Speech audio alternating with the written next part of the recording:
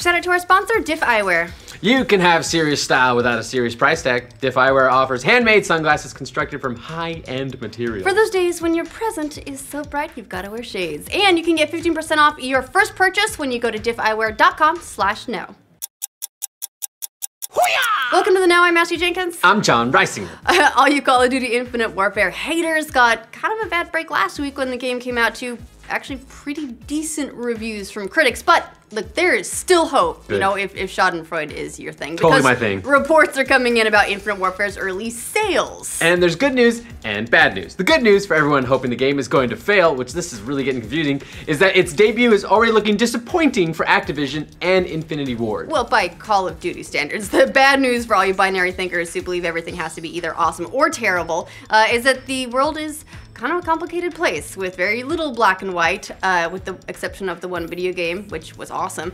Even in video game sales numbers. I like that video game. That was a great game. You could fuck up I had a people with monkey. Swipe. Yeah. We're already way too deep for a Monday. So let's just get into it. Yeah, so early data has made its way into the internet thanks to the UK retail tracker GfK Chart Track, who has Call of Duty Infinite Warfare debuting at #1 in sales last week. Infinite Warfare finally knocked Battlefield 1 off its throne, where it's been in the top spot since it launched in October. But according to GfK, Infinite Warfare is actually doing worse than its predecessor, 2015's Black Ops 3. In fact, their data says that Infinite Warfare's week 1 sales are 48% lower than the week 1 sales of Black Ops 3. That's, yikes, yeah, that's a lot. That's a good amount. So that means in its first week, it only sold about half of what Black Ops 3 did. Whew. And in case you're not up to date on business things, that's usually not a good thing.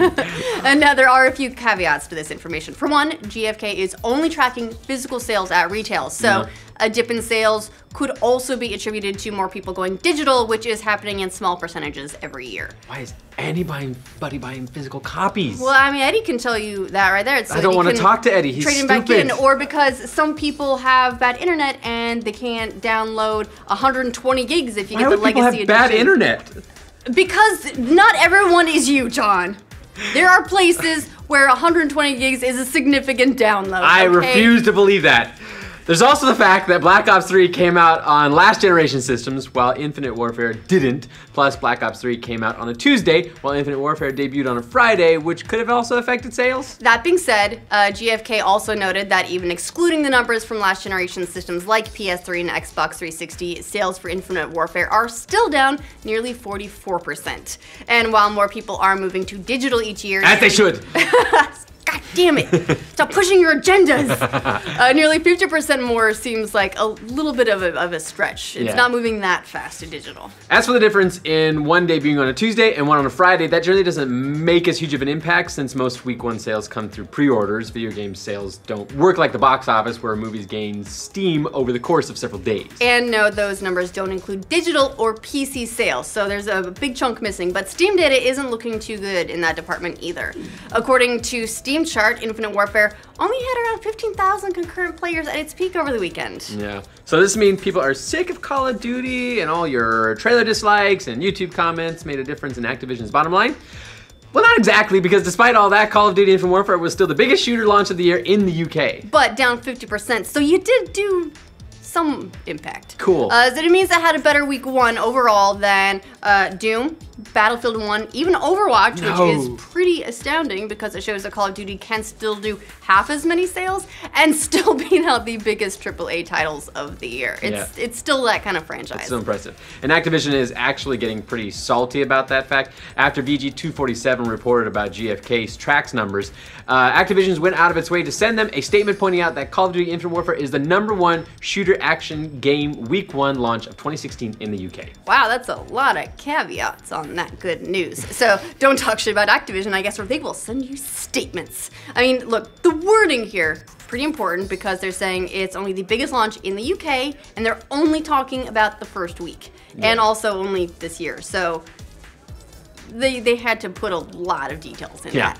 So far, this is keeping with how Activision has responded to reports about Infinite Warfare all year long. Back in June, there were concerns about pre-orders for Infinite Warfare being significantly lower than pre-order numbers of Black Ops 3. I remember that. At the time, Activision responded by saying that sales were in line with their projections, but they didn't clarify what those projections were or refute that they were doing any worse than Black Ops 3. But if sales are doing as poorly as the early reports lead us to believe, maybe there was something to those pre-order numbers after all, because a 50% dip is just a little bit significant. I always win with my projections because I just project that I'm gonna lose. And then you can't be disappointed. Yeah. Take that, Dad. Still, it's important to keep things in perspective because even when Call of Duty sales are down, they're still massive, as we've seen by Infinite Warfare's debut already beating Battlefield 1 and Overwatch's week 1 sales in the UK.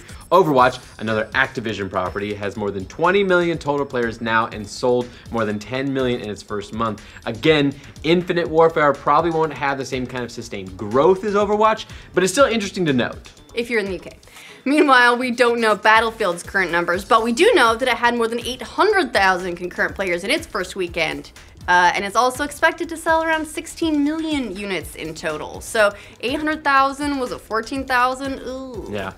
Even if Infinite Warfare goes on to become the worst selling Call of Duty game of the last few years, that still puts it in ridiculous company. Black Ops 3 sold nearly 24 million units, Advanced Warfare did around 22 million, and Ghost did around 28 million, so even a low selling Call of Duty is going to be close to 20 million copies. Yeah, so ever since Infinite Warfare first debuted to an absurd amount of online hate, people have been waiting to see whether or not all those trailer dislikes turned into a problem for early sales. And while those trailers did cause a stir among gamers, there's probably a combination of things going on here. People may not be that interested in the new direction, especially when Battlefield 1 is offering a more traditional military shooter at the same time, but people may also be getting tapped out on the Call of Duty formula in general. That was the feedback in a lot of reviews, was the multiplayer is a little bit polished here and there, but otherwise more of the same, and they're starting to get a little bit of fatigue there. Same. The thing is, Activision may not even care that the numbers are dropping, especially with the way they've worked supply drops and microtransactions into the multiplayer. Oh no, I'd say they still probably care.